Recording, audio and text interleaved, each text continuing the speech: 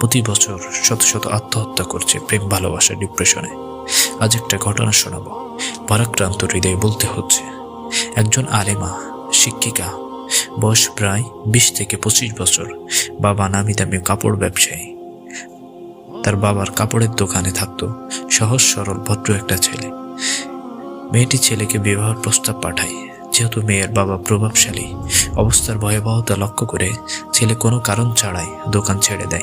মেয়েটি ব্যাপার বুঝতে পেরে ছেলের বাসায় চলে আসে।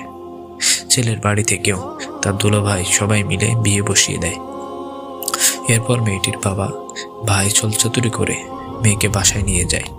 শুরু হয় নির্যাতন, কখনো বাবা, কখনো ভাই, কখনো মা। এতটা নির্মম অত্যাচার থামেই না। পিটিয়ে পিটিয়ে তার একটি পা তারা ভেঙে দেয়। এরপরও কোনোভাবেই অত্যাচার থামে না। মেয়েটি ওয়াশরুম থেকে হারফিক নেয়। আসরের নামাজের পর দীর্ঘক্ষণ আল্লাহর কাছে দোয়া করেন এবং হারফিক খেয়ে ফেলে। অবহেলায় আর সামান্য চেষ্টায় একদিন গত হয়ে যায়। পরদিন তারা তাকে হাসপাতালে নিলে ডাক্তার মৃত ঘোষণা করেন এবং পোস্টমর্টম করে বাড়িতে পাঠিয়ে দেয়।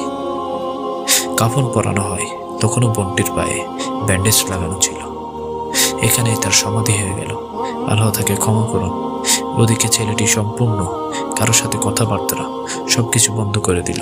ছেলেটি পাগল প্রায়। এই মৃত্যুগুলো